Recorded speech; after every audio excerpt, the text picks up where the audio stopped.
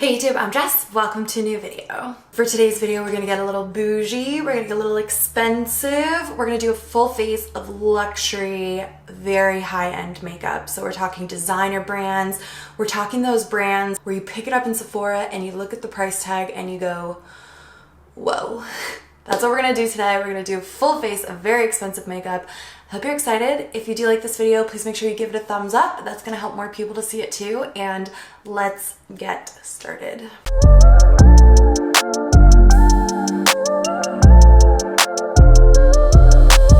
All right, so my skincare is already done. So I'm gonna go ahead and start with my eye makeup. First product that I'm gonna use is the Hourglass Vanish Concealer. I have mine in the shade Silk, and I'm just gonna start by adding a little bit of this to my eyelids and blending it out. I'm gonna use this as my primer today. This concealer dries down pretty nicely, so I feel like it'll work well for a primer. And I do like to start my eye makeup just by covering up any of the darkness on my eyelids so that the colors that I put on top are true to color.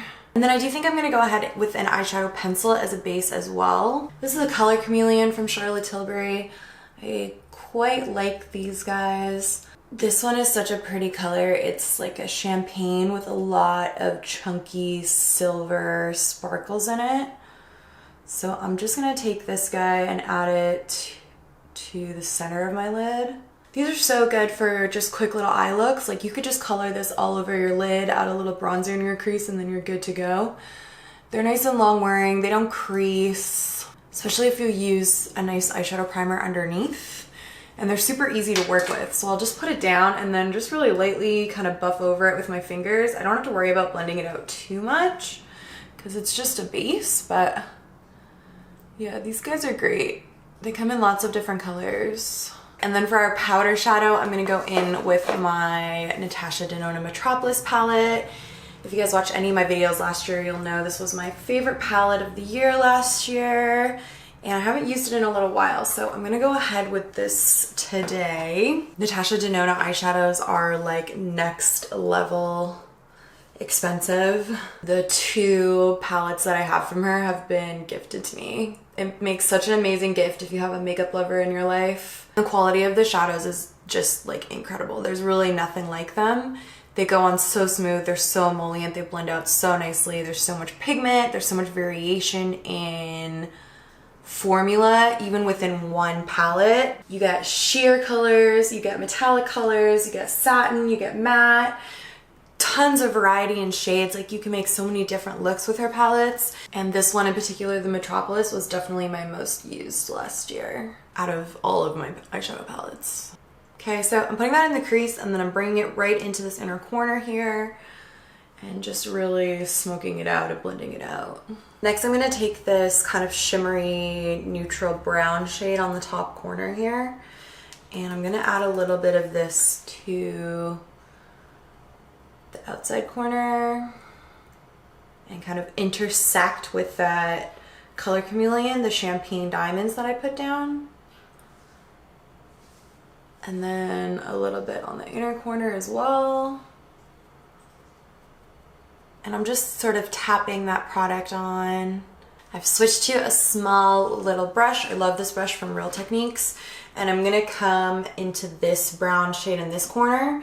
So this is a little bit darker and a little bit more matte than the one that we just used up here, which had that shimmer and was a little bit of a lighter tone.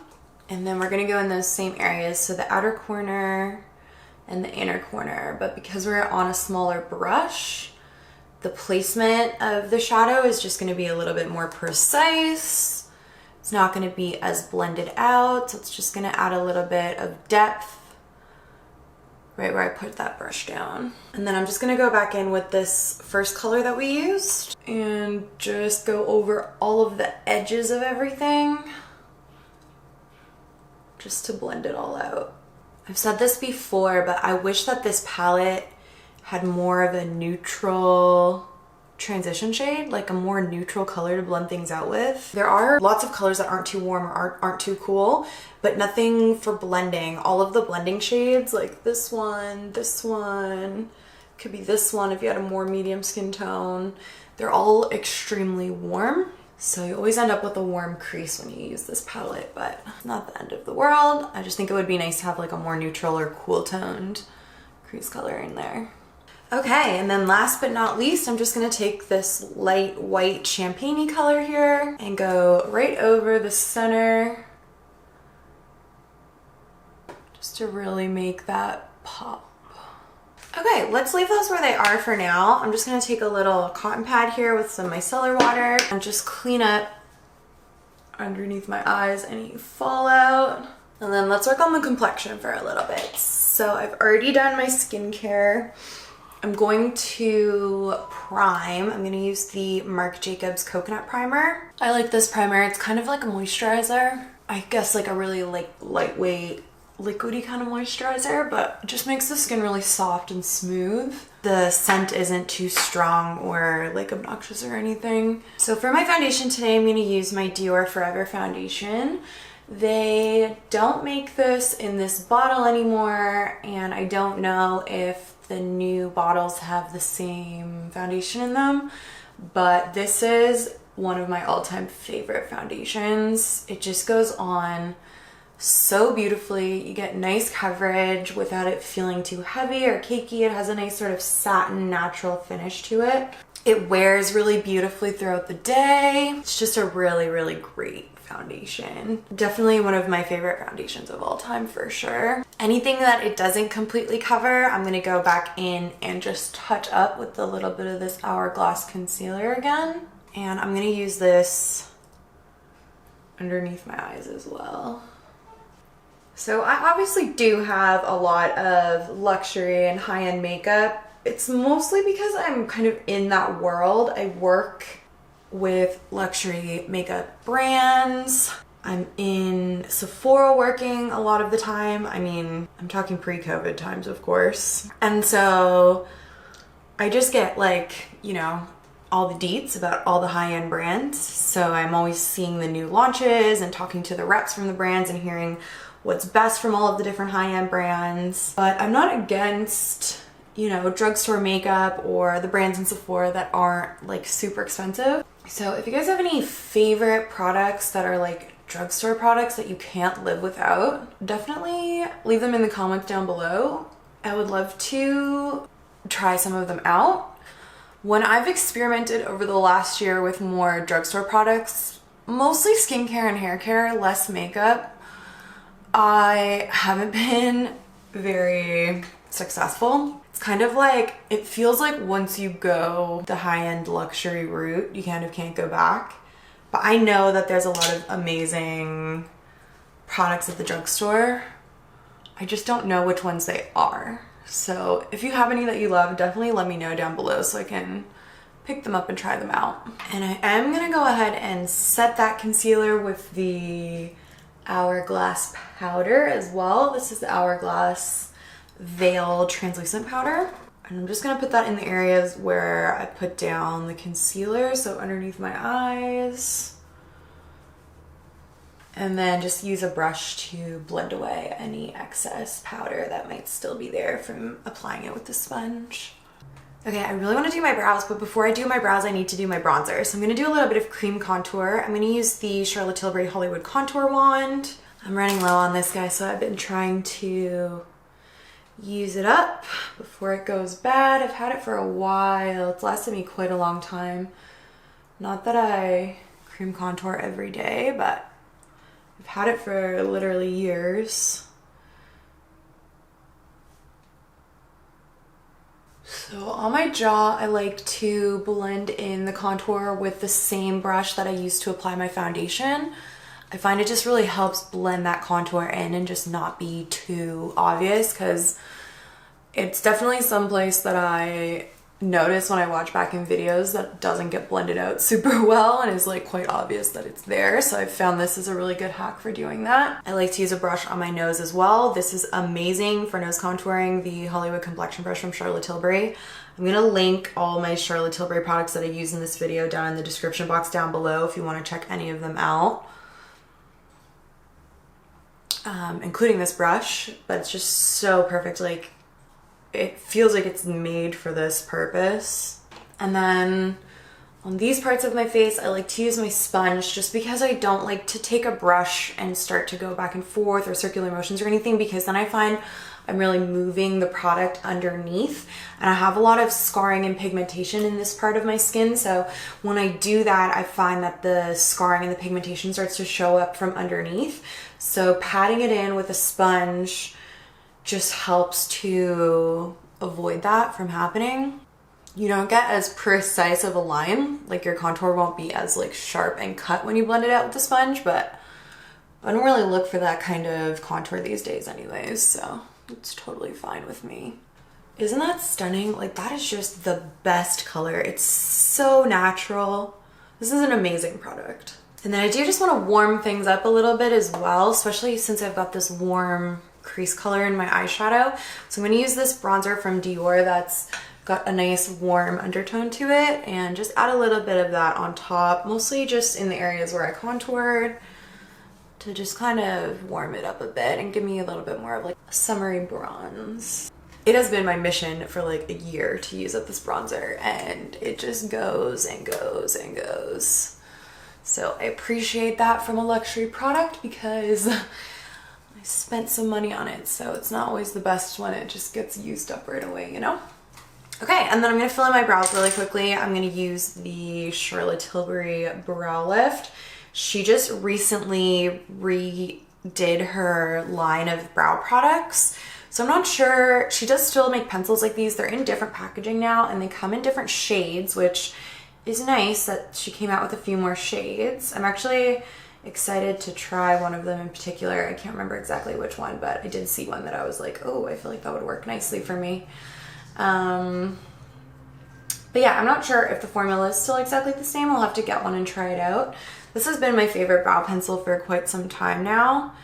I don't use pencils as much to fill in my brows these days, just because my brows are a complete mess because of lockdown. Like, I haven't been able to get my brows done since like October, and I just don't touch them. Like, I don't pluck them or anything.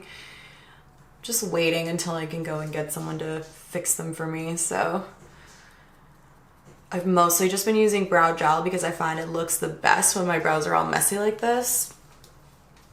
But for today, we're gonna go in with the pencil and just do little hair-like strokes and just comb them out so that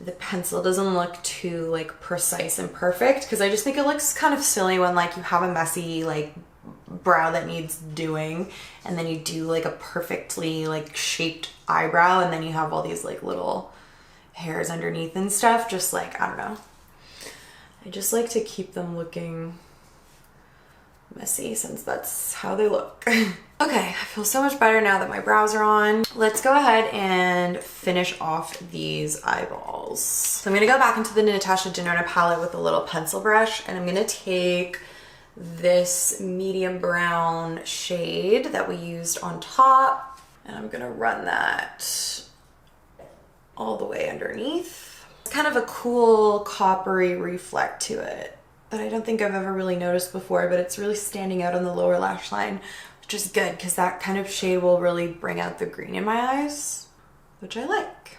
And then I'm gonna go back into that transition kind of blendery shade that I was using and just run underneath all of that. I'm gonna really like make this nice and sharp and angular on this outside corner here, and then really smoke out that lower lash line as well. So I'm thinking I want to do like a nude waterline, so I'm going to use this eyeliner from Charlotte. It's called I Cheat. It's a really nice color. It's like a skin tone kind of beige, so it's not too white. Mine has definitely seen better days. I have had this for so long because this is literally all you use it for, so you hardly use any product, so it literally lasts forever. And then I'm thinking for my liner on top, I'm gonna go in with this one. This is Walk of Shame from Charlotte Tilbury. This is kind of a reddy brown eyeliner, really pretty. And it's actually called Walk of No Shame, not Walk of Shame. I just have a hard time with that because she changed the name last year, so for like years and years it was Walk of Shame. Now I changed it up, which obviously is fine, but I always say it wrong. And then once I get it down, before it dries and sets, I'm gonna come in with a little definer brush and just kind of smoke it out. And then I just want to extend it a little bit on this outer corner too, so that it kind of flicks up here. I don't want the wing to be like too dramatic, but I do definitely want to kind of have that little uptick in the liner.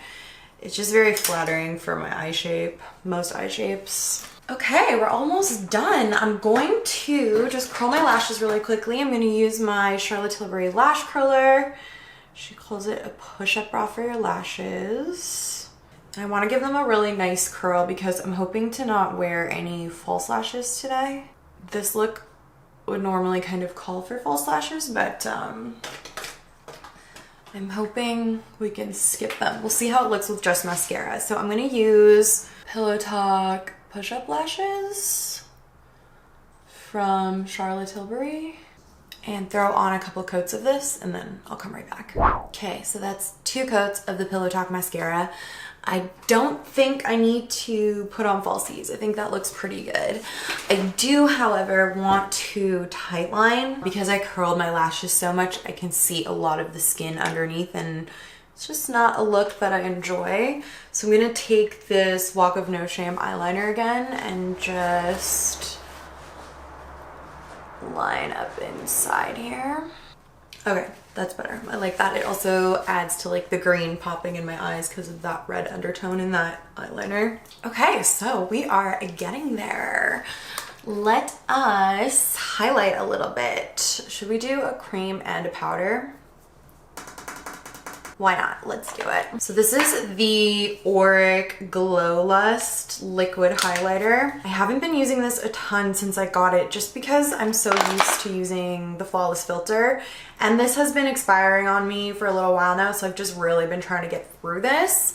So I haven't used the Auric much since I got it, but I do like it. Like, I think it's really pretty. It's super reflective, like more reflective than the Charlotte Tilbury one. So I'm just gonna add a little bit of that to the high points of my face.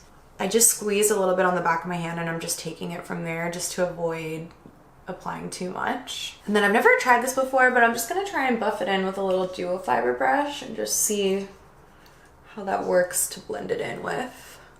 I was hoping I would avoid picking up too much product underneath because I could always blend it with a sponge, but I feel like when you use the sponge you kind of lose a little bit of the glow and the pop of the product. And then I could always use a finger, but I'm super lazy and it takes so long to use a finger. So I thought I would give this a go, but it definitely, yeah, it's definitely picking up the makeup.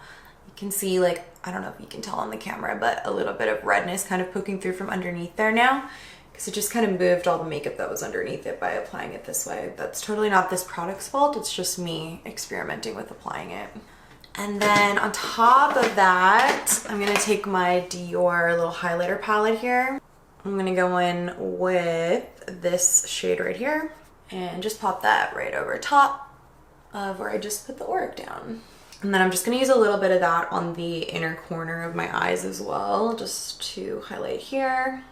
Okay, and then I really feel like some blush, like I really need blush, but I want to put my lip on first because I don't really know what color I want to use on my lips. I think I'm going to go peachy, pinky vibes. So I'm going to start with a little bit of a peachy pink lip liner. So this is Pink Venus from Charlotte Tilbury. This is a Rouge Pur Couture number 27 from YSL. These are cool little kind of hybrids between lipsticks and lip glosses. They're quite sheer and it's definitely kind of drying out. It's a little chunky, but I just love the color of it. YSL does peachy pink so well.